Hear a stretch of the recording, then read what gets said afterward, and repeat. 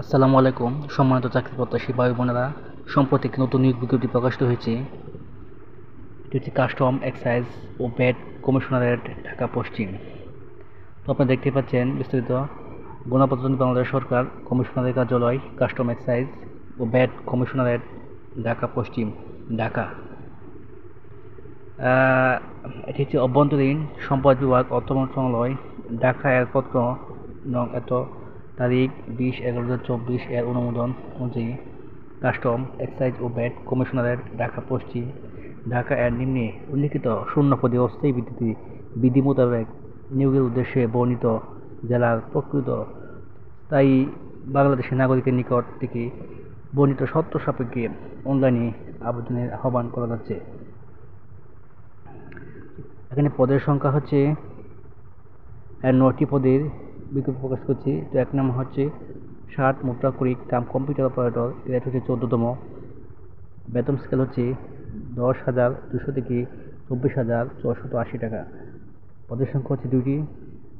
যোগ্যতা হচ্ছে কোনো স্বীকৃত বিশ্ববিদ্যালয় হতে অনন্য দ্বিতীয় শ্রেণী বা সমমানের সিজিপিতে স্নাতক ডিগ্রি, কম্পিউটারে ব্যবসায়িক দক্ষতা এবং সার্টিফিকেটে সর্বনিম্ন গতি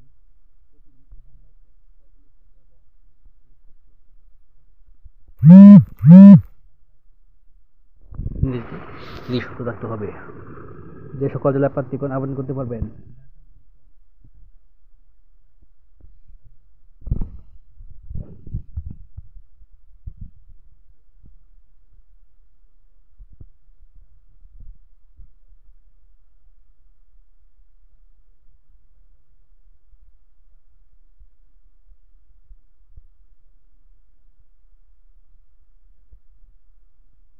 থাকতে হবে।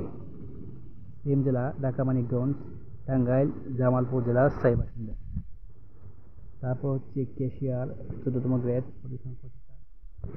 যোগ্যতা হচ্ছে কোনো স্বীকৃত বিশ্ববিদ্যালয় হতে বাণিজ্য বিভাগে স্নাতক ডিগ্রি, কম্পিউটার চালনায় দক্ষতা থাকতে হবে। 4 নাম্বার হচ্ছে অফিস সহকারী কাম কম্পিউটার মুদ্রাক্ষরিক, 16তম গ্রেডের। এখানে পদের সংখ্যা হচ্ছে 3টি। যোগ্যতা হচ্ছে উচ্চ মাধ্যমিক বা সমমানের পরীক্ষা উত্তীর্ণ, কম্পিউটার ব্যবহার দক্ষতা এবং কম্পিউটার টাইপিং স্পিড হচ্ছে প্রতি মিনিটে 20 শব্দ বাংলা এবং 20 শব্দ ইংরেজিতে লিখতে হবে।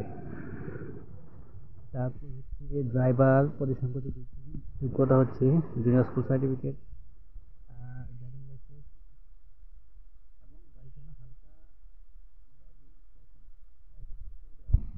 চালকগণ অগ্রাধিকার পাবেন। তারপর হচ্ছে সিপাহী, 17তম গ্রেড।